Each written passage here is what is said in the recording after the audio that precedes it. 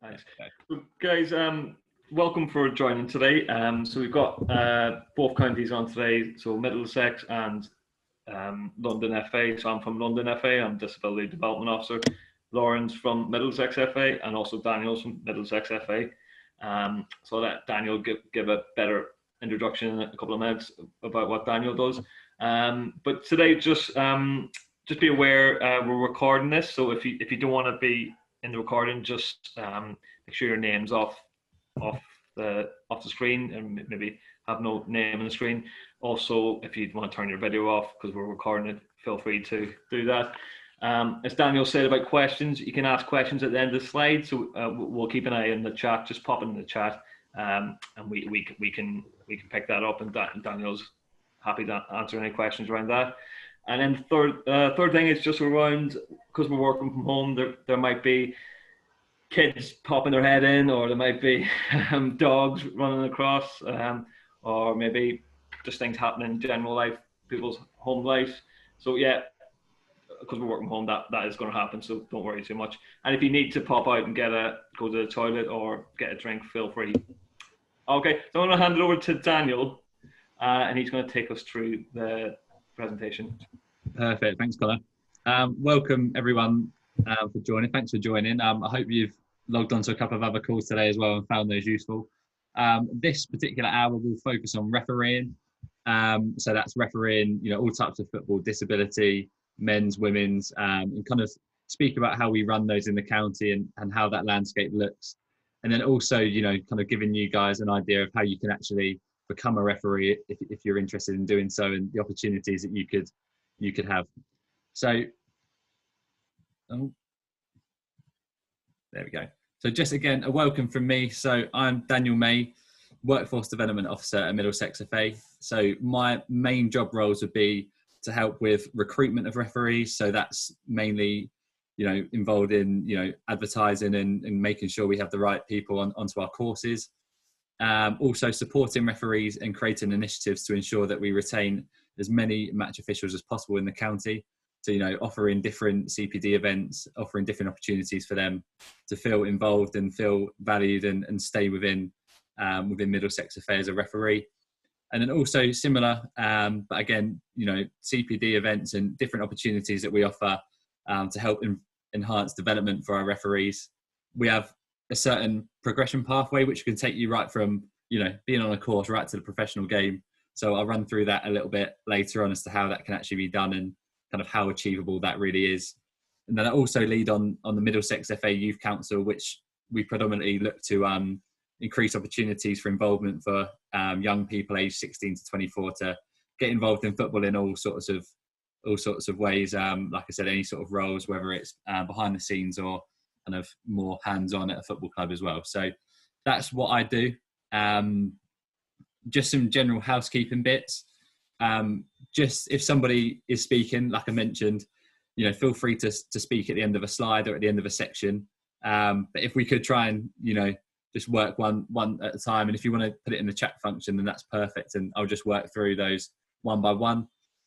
We've got approximately an hour, maybe just a little bit less. So, it's not going to be the longest. So, but feel free, like I said, to ask any questions and I'll answer them in full. And then I know you all have at the moment, which is great, but if you don't mind just keeping your microphones on mute, just kind of when I'm going through the slides, just to avoid any feedback and any kind of sounds in the background, that would be much appreciated. So just a quick run through of what we're going to be doing. So we'll firstly run through the refereeing landscape in Middlesex. So really kind of how our referee workforce is made up and the different people that we have within that. I'll be asking you what you think the main duties of a referee are, and then comparing that to my own views and, how I feel. Be giving you guys some advice and some information on how you can actually become a referee. If that's kind of one of the reasons you're here, if you want to find out a bit more and, would be interested in following that route, then I'll try and give you the information to be able to go away and make that next step into starting your refereeing journey. We'll then discuss the support that we offer our referees and workforce in order to get the best out of them.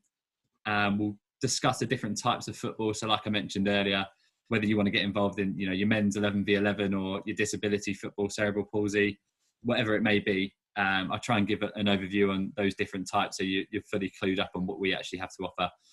And then just some pathways for progression. Like I said, I think it's really important to know when you start out that you can actually, rather than just having it as a hobby, which is absolutely fine, but there is also a way that, this can become a career. And, for some people, there's no better career to have than working in football. So if I can give you guys a bit of inspiration today, then, that'd be ideal.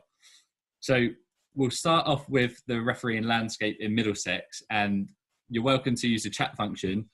If anybody wants to hazard a guess as to who the female referee is on the right-hand side of the screen, feel free to pop a little message into the chat, and we'll revisit that at the end of this slide. So our refereeing workforce in Middlesex is made up of 529 registered referees currently.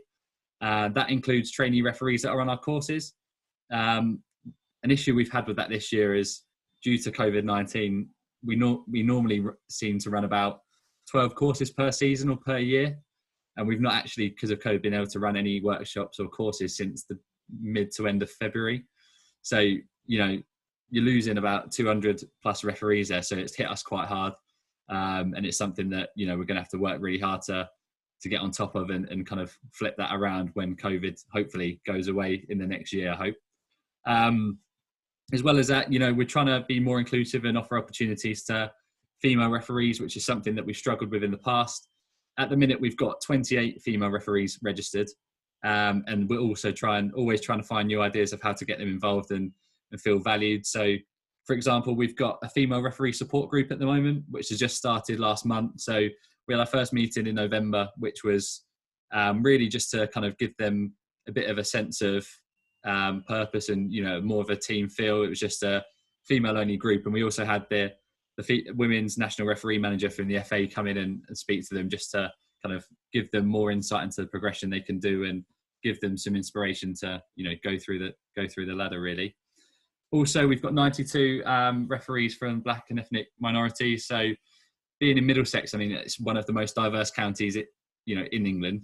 So that's a main focus for us. So again, we don't feel like it's not necessarily a bad total, but I feel like to be reflective of our community, that number should be, near enough half of our total number of referees. So we've still got quite a lot of work to do in that aspect. So, we'll always strive to do that. And, that's kind of one of my main focuses in my role from kind of when COVID allows us to get back up and running really. And then, I mean, it might be a reason why some of you guys are here tonight. So disability football. So myself and Lauren actually ran a disability workshop just a couple of months ago. And the interest in refereeing disability football is increasing all the time. More opportunities, more different types of football you can get involved with, opportunities to officiate, up and down the country, abroad. And it's something that, speaking to referees that have done it, have always, fed back that it's more rewarding refereeing disability football than any other type of football, because I don't know if it's because normal football people take it for granted, but I think people, that play disability football really appreciate everything that's in place at the minute and the opportunities that the FAs are continuing to put on for them. So that's kind of just a brief outlook at the refereeing landscape. I don't know if anybody's mentioned or managed to put anything in the chat. Let me have a look. There's 2 in there. Yeah, we've got Martin answered the question, I think. There we go. It's actually Rebecca Welsh.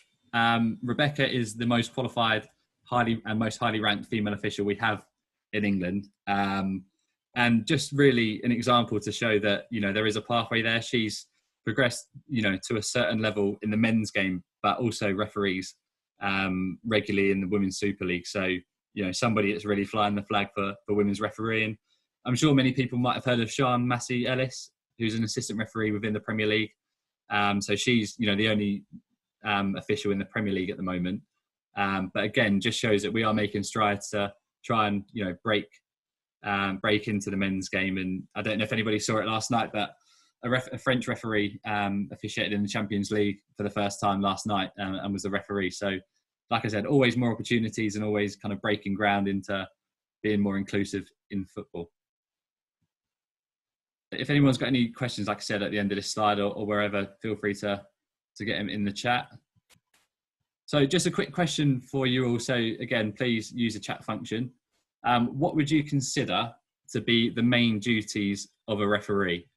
If I could have at least one answer from each of you, and then in the next slide, I'll kind of run through what my opinion is, what my experiences have been, and we can kind of marry those up and see if they fit together. So just give you a minute or so just to think of any ideas.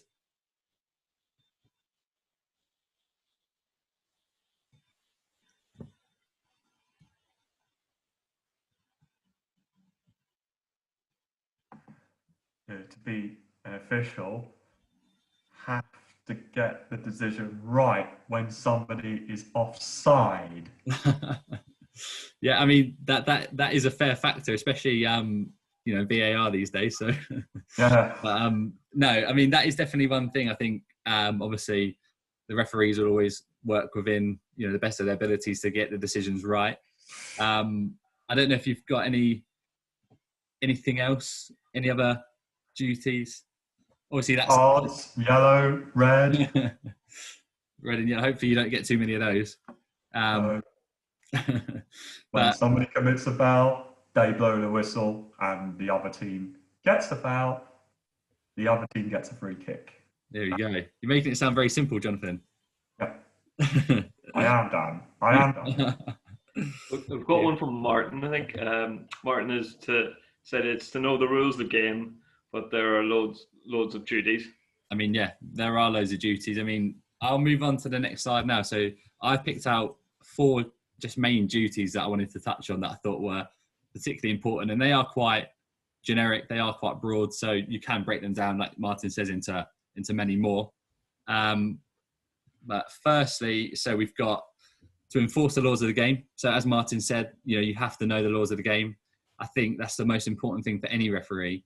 You might referee 100 games and be absolutely fine and know what you're talking about, but there'll be one game where something happens where you have no idea what to do, but everything is included in the laws of the game. So if you are a referee in this call or you're interested, IFAB, which is the International Football Association Board, on their website. So if you type IFAB into Google, you'll be able to see a full list of the laws of the game, and you can download that for free from their website. So whether or not you're just a referee or a football enthusiast and want to learn a bit more about the rules, or been getting annoyed with decisions that you've seen on the TV and you want to learn a bit more about it, then feel free to download that resource and always have a look through.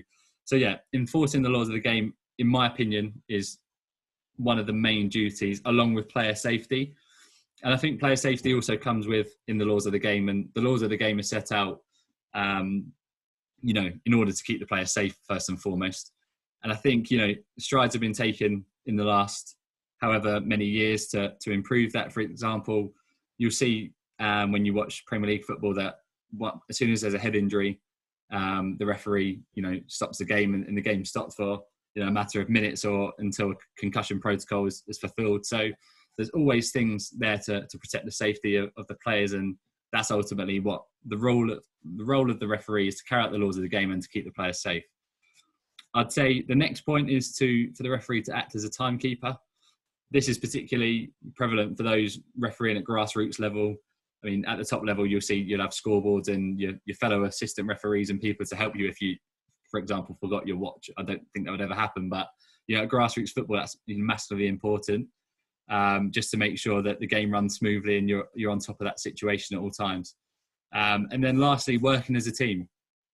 So working as a team, again, all sorts of different type of officiating. So even if you're refereeing at grassroots football and you've got 2 assistant referees who might just be parents or coaches from one of the clubs, you've still got to work as a team with those, because ultimately, as a team, you officiate the game and they're there to assist you. So, in order to help that, what we'd advise is to always have a pre-match briefing with those people, just to kind of get across what you wanted to, from them, what responsibilities you wanted them to take on. So, for example, at grassroots level, you might, want to have the final say on offside decisions if you wanted to have the final authority.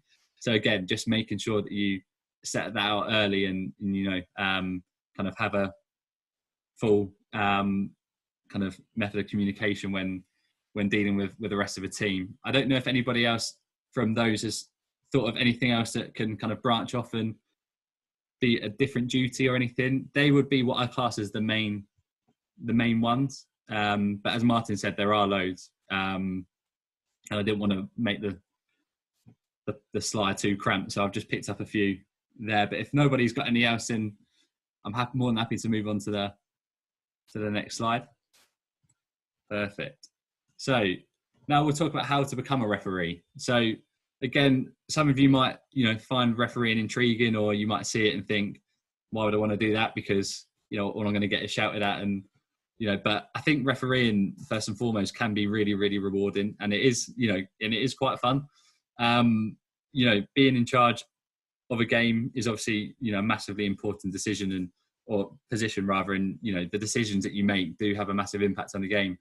But again, if you do know the laws of the game and you apply them, then the chances of anything, negative happening should decrease greatly. So in order to become a referee, the first things I would suggest would be to just access our website, or any county FA website, and go onto the referee section, and they'll have there just some resources there in order to kind of show you what's required in terms of how to join a course, what you'd actually be expected to do.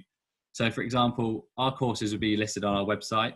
Our current course structure works so you'd be invited to an introduction session, which would last about 2-3 hours in an evening, just to give you guys an overview of what's actually going to be expected, what you're going to be doing, and also an opportunity to meet your tutors and meet some local league representatives to ensure that you're actually going to be receiving games alongside being on the course as well.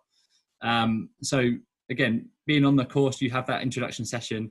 You then, at the moment, would be required to do around, I'd say, 20 hours of practical learning. So we normally do it over 2 full days, and then kind of like another half day, just to encompass all the laws of the game and ensure that you can actually go out there and deliver it practically. Because again, it's one thing knowing the laws of the game, but there's also a way that you have to apply those, and a manner, and different signals and signs as a referee. So it's important that you know those fully before you actually go out and referee out, wherever you might do. At the moment, we're looking like we're going to have a new course set up in March 2021. So that's kind of been taken on by the FA. So they're working on that now to try and revamp it. Because I think some people have found it difficult. Like I said, it's quite a lot of practical learning, and often we do it, for example, over 3 consecutive weekends. And finding that time and being available for that is quite difficult for some people. So what they've done is tried to make it more friendly for people with, less time, and also moved a lot of the modules online. So as of March, the idea is to have those laws of the game modules online. So you should be able to work through those, and you'll have various clips and assessments. And then once you've completed the laws of the game exam and get 100% and are fully comfortable, you'd then be invited into that practical session where you kind of apply the laws. And that would only be an 8-hour session. So the practical time will change quite dramatically, but also should give you guys a greater opportunity to actually come onto the courses and be able to meet all the requirements and make sure you're available. So I think that's something that will positively impact going forwards. And again, might encourage more of you to join if there's more online and it's a bit more easier to work around those requirements. Once you do qualify, once we finish all the course content, you'll then be required to go away and referee on at least 5 matches just to get up to speed, and you'd be observed on at least one of those. And then what we do after that is we invite you back to a callback session, make sure everything's gone all right, just work through anything that you want to improve on, any positive or negative experiences, and then kind of let you go on and become qualified referees, and then support you from there.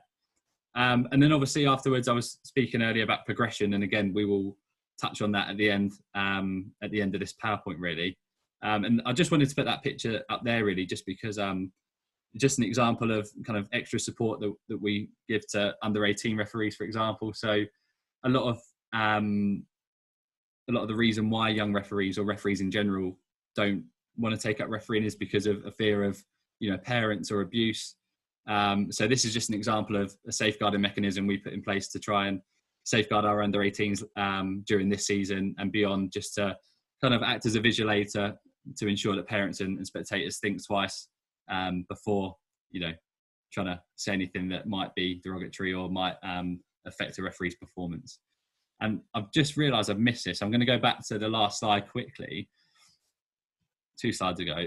And the reason I put this gentleman in here as an image, Michael Oliver, who I'm sure all of you who have watched Premier League have seen.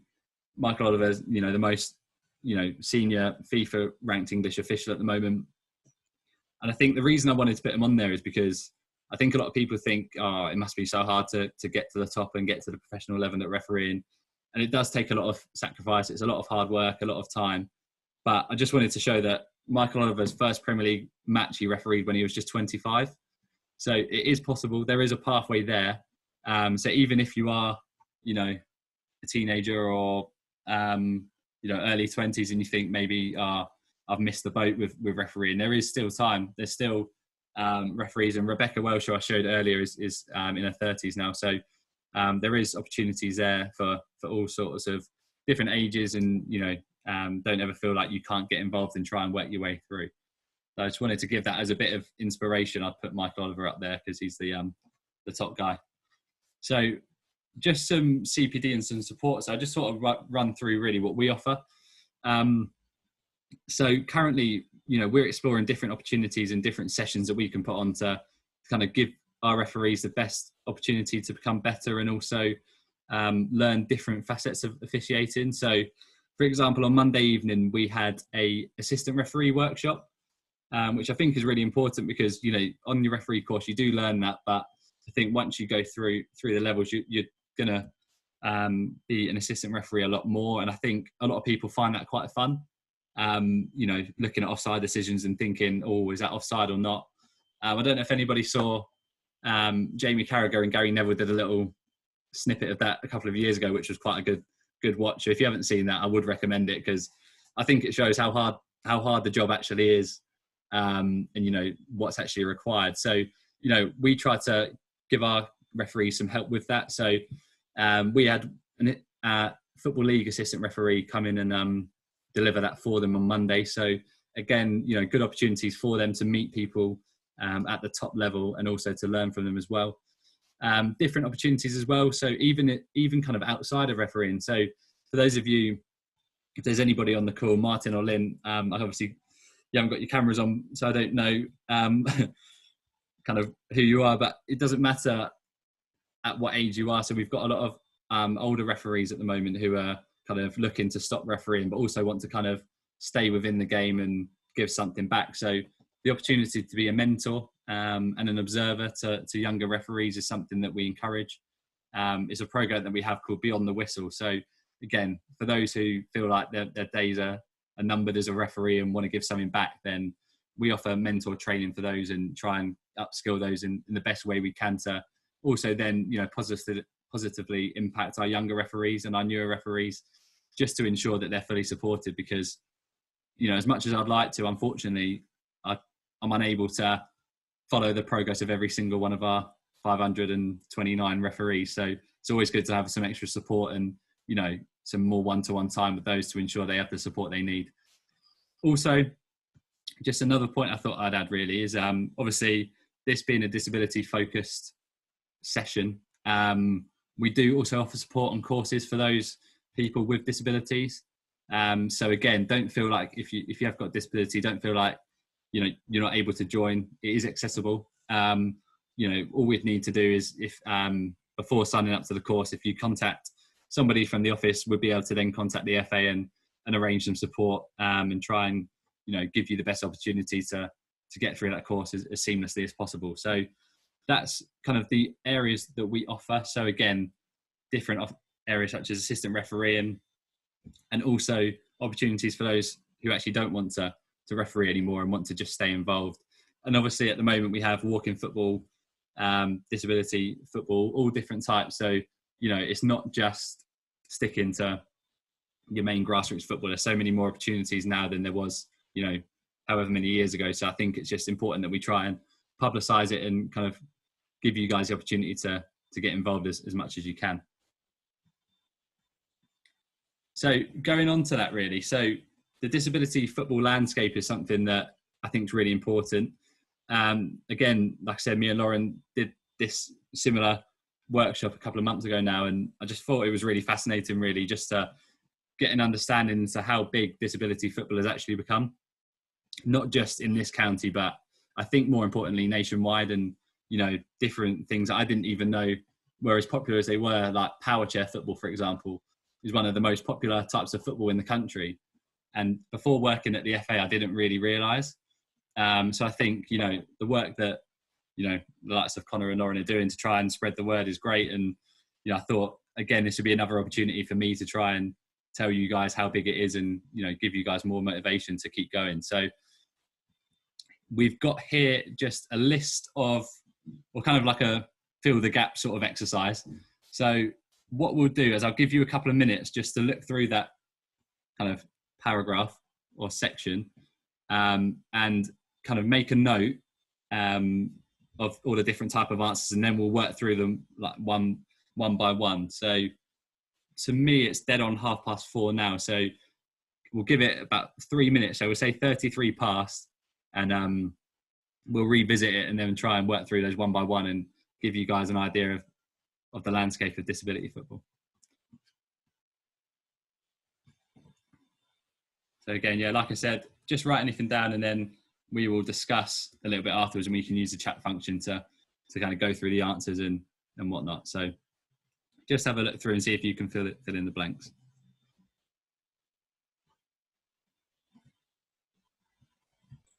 Not even sure if I remembered, Dan, and I only did this 2 months ago. Exactly. Oh, here we go. Sorry, Marta, I've just seen your message now. I don't know if you've just put it in.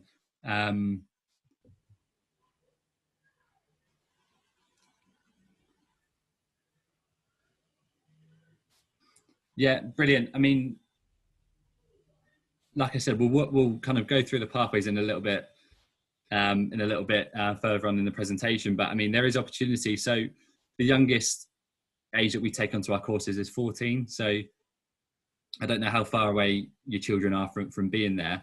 At the moment, we don't offer any sort of refereeing pathway for kind of children below that age at the moment. So I don't know if it's possible. Maybe we can organise some sort of laws of the game quizzes or something for people that just want to stay involved and active in that. But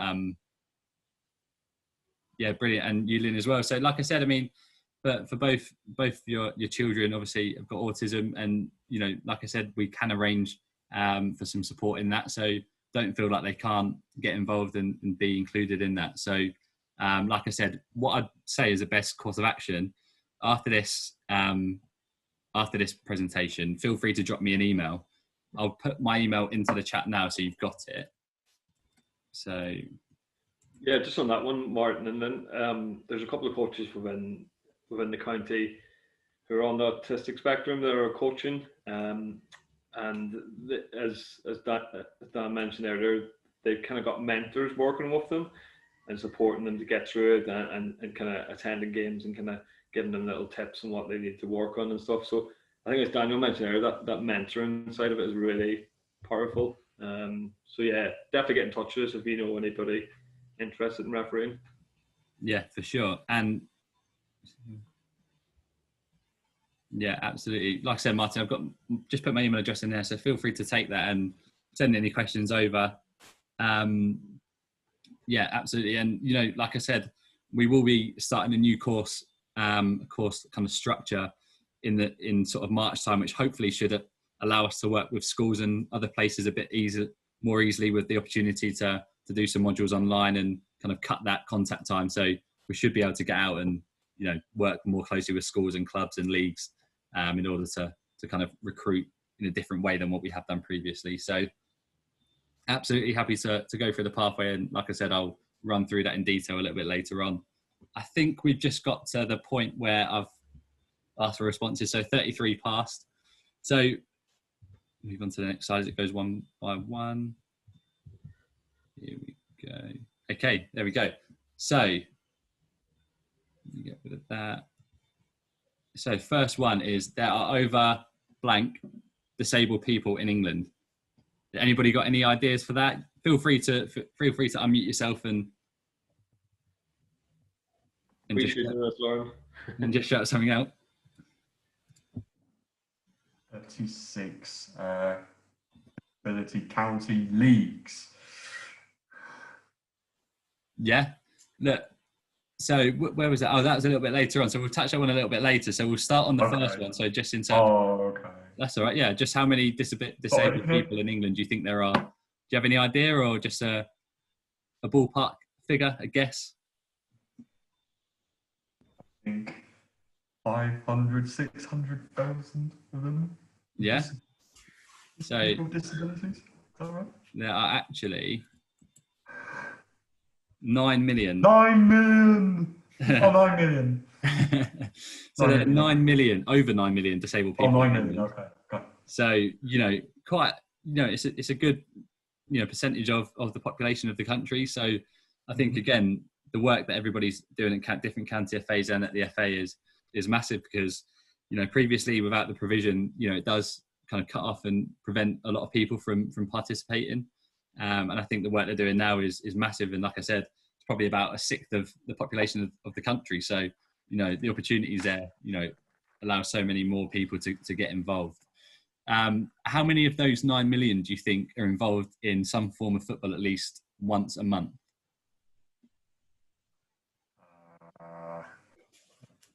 Don't know. Any guess? Wild guess? You have to worry if it's going to be miles off it. No. No? No, I don't know. So, 150,000. 150,000. At least once a month. There we go. Does that feel like a lot to you, or not enough, or how does that? It does, yes. Yeah, good. And I think it should. Obviously, I think that number's only going to increase, and I'm sure we'd all like it to increase, significantly. But I think that's just football. I'm sure disabled people are involved in many other different sports as well. So it's really encouraging to see that so many are active and actually have found those opportunities to participate. And there's not as many barriers to entry as there were, several years ago. So I think that's really encouraging. And then in England, there are over blank affiliated teams. 36. 36. That's a pretty precise guess. So I hope you're right. Yeah. 2,000. 2,000 affiliated teams. And disability county leagues is it 30? I think I said 36 in that one. But disability counties. There are over 2,000. So it's 2,000 affiliated teams. There we go. Is that what you said?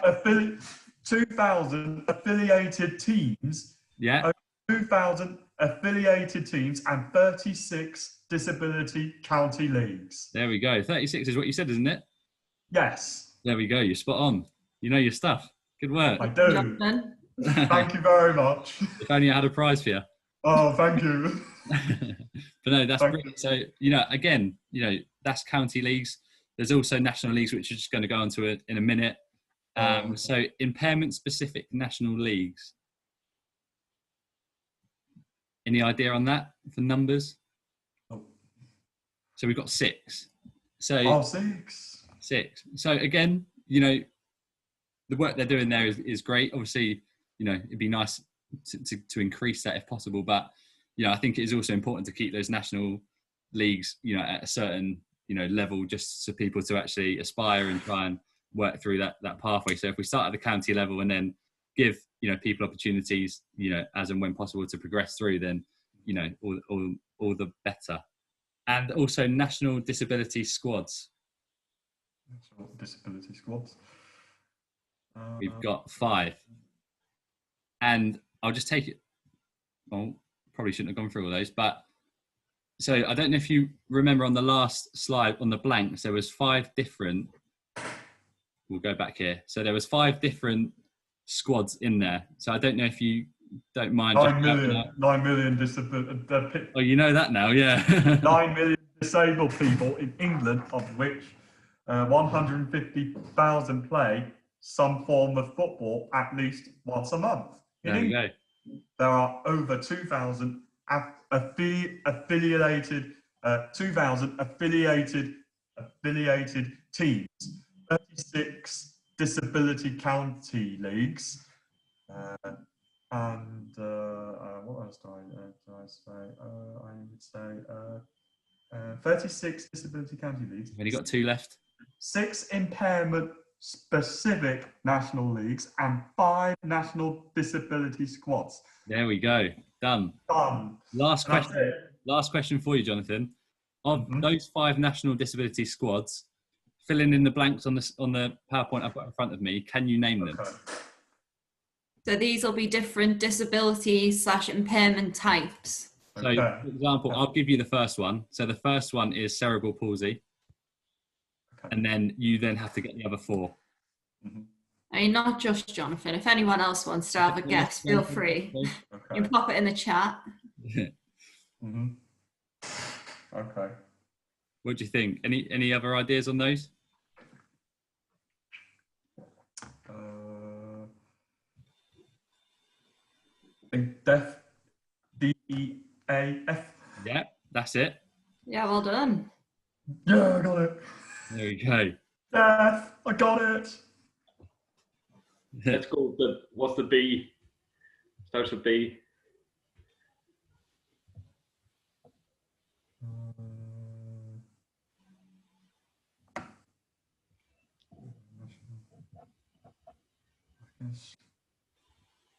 No ideas on the one that starts with B? It's like countdown. You've got 10 more seconds. Yeah, go on. to do. All right, we'll move it on, and we'll move on. We'll run through them in one. So you've got cerebral palsy, partially sighted. Oh, blind, power chair, and partially sighted. Good. It's easy when the answers are on the screen, aren't they? Power chair. Got definite one. So you've got cerebral palsy, partially sighted, blind, deaf, and power chair. The impairment-specific squads are cerebral palsy, partially sighted, blind, deaf, and power chair. There we go. You've got it. So hopefully, if you didn't know, that's just a little insight into what is offered and how big the scale of disability football is actually becoming nationwide. So pan disability football, just to run through this quickly, also is just something that we focus on a lot at the FA in particular, and also at Middlesex. So pan disability, as you can see there, means that all disabled people are organised within the same group and can, participate regardless of the differences in the disabilities they have. So just from a county point of view, and Lauren heavily involved in these and running and setting these up, we've got 3 different leagues at the moment. So we've got a pan disability league, which, as we've just gone through, can be, people with a range of different disabilities. So that runs the first Sunday of each month. We have 4 divisions, and that's something that's actually, become quite big and quite competitive. And I think the players love it and, find it really enjoyable each weekend or each Sunday. We've also got the mental health league that we run at Brunel University, I believe. That's the second Friday of every month. 1 division in that at the moment, but that again, is likely to grow. I think mental health is something that, is just an ever-growing topic within not just what we're doing, but also just society as well. Particularly at the moment, during the lockdowns that we've had, and people have found that difficult, whether it be just being at home and driving themselves mad, or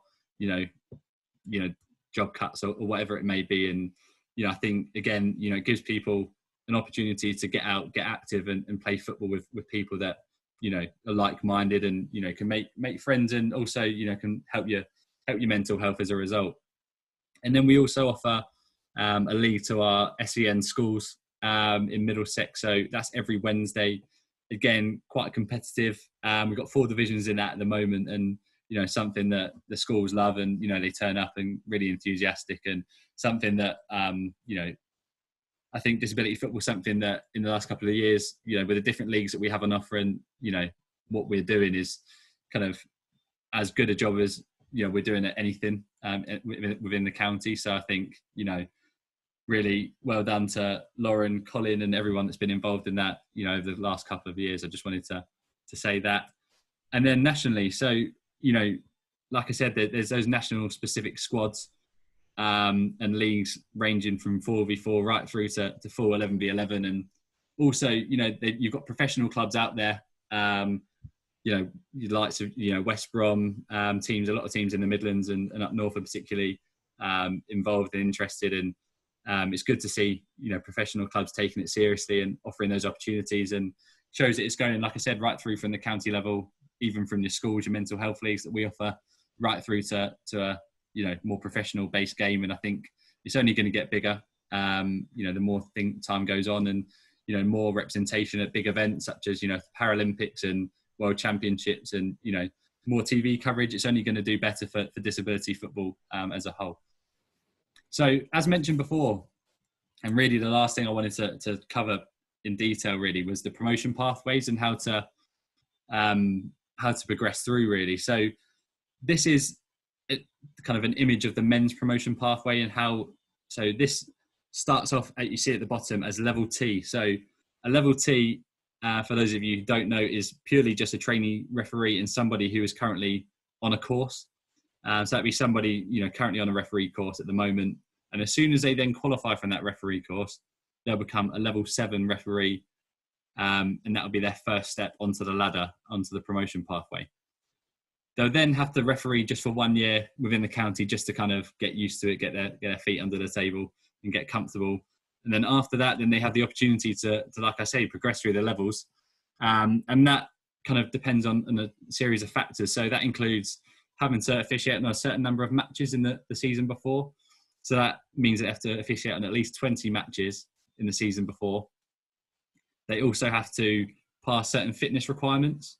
So the referees that you'll see, you know, particularly on TV, have to complete, you know, quite hard fitness tests. They're not too hard at this level towards the bottom, but, you know, as the further you go up the level, you know, there's more of an importance placed on fitness and making sure that, you know, a referee's in the right position to make the correct decisions at all times. Also, as part of that, you'll be offered support, training sessions, one to kind of brush up on your laws of the game, but also to learn from people, from tutors in the county, and also people of higher levels to, you know, learn some things from them and take it on in order to improve your own game. And that happens ultimately through the use of observations. So you'll be required to be observed at least 3 times per season in order to gain promotion. And then you'll get feedback where you can, you know, of what to get better at, what you can improve on.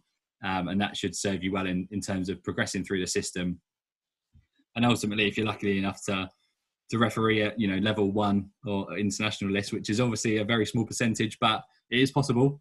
And that is, you know, where you can make a living from the game, and, you know, you're operating at the Premier League football level and also the FIFA level right at the top.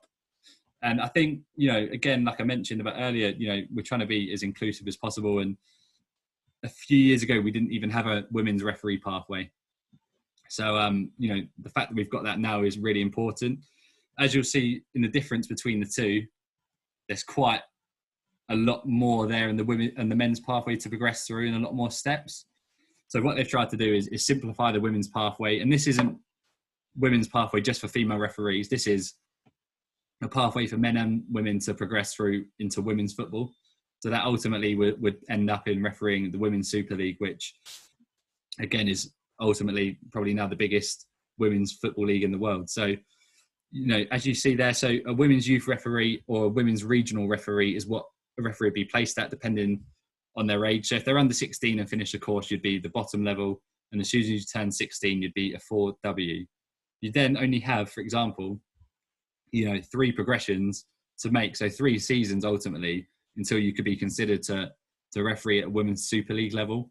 And although it's not the case at the moment, within the next couple of years, I think the belief is that will be a salaried role that could be, you know, a full-time position and a proper career for somebody. So, you know, again, like I said, particularly in the women's football, and I think that's why they've, you know, it's a simplified model because, you know, they want to encourage people to try and to work through and get to the top and encourage, you know, more participation. So, you know, there is that option there as well. Some people would say refereeing women's football is a nicer environment than men's as well. So, you know, that's obviously that's opinion based, but if you do feel that way, then again, feel free to, get in contact with me and, find out some more about it, because I think it's a really accessible model and something that you can actually get to the top in relatively quickly, and with the right support. And then we'll just finish on, this is the disability football promotion pathway. And like I said, obviously this being a disability day and an inclusive session, I wanted to, kind of outline this and how, you can actually progress through the disability pathway, because I don't think this is something that you'd really ever know unless you really went out of your way to try and find out this information. So starting right at the bottom, you've got the County FA Pan Disability Leagues. So for example, like I said, the ones that we offer at Middlesex FA already.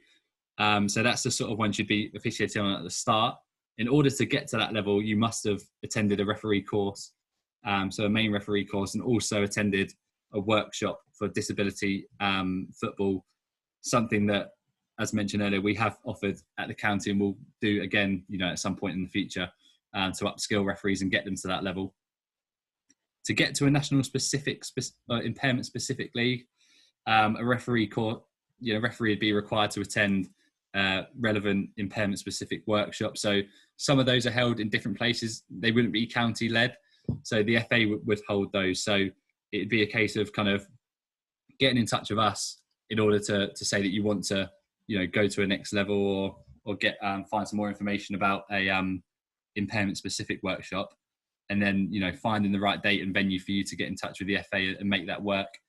And then ultimately you've got, after that sort of point onwards, more of a free pathway to get right to the top. So if you can see there on the diagram, you'd then be refereeing on your national impairment specific leagues, and then from there really it's a matter of being picked based on your ability in that role. So that's kind of your learning done. So you've got you'd be selected then to be in the specific talent program and officiate on that. And again, if you then perform well in that, then you'll be selected to do specific elite in that international squad. So that could be world championships, European championships, Paralympics, whatever. And I think just like I said, those two workshops or requirements at the start is something, but after you've done that, then it's really up to you in terms of putting the work in and showing. Hopefully this can show you that there is a real possibility of getting to the top and being able to have some life-changing experiences. We've had some referees that have gone to Tokyo to referee on the World Championships.